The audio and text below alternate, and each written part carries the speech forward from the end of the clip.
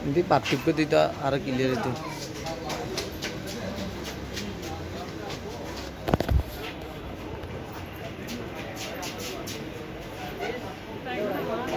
হ্যাঁ হ্যাঁ আমু আমু আমু রে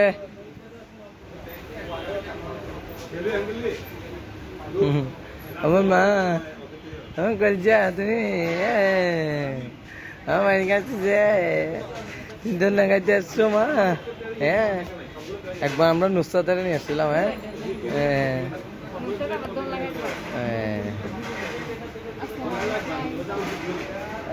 এখন ঈদের টাইম না, ঈদ না থাকলে আসতে দেরি। মানিক আমু এই তো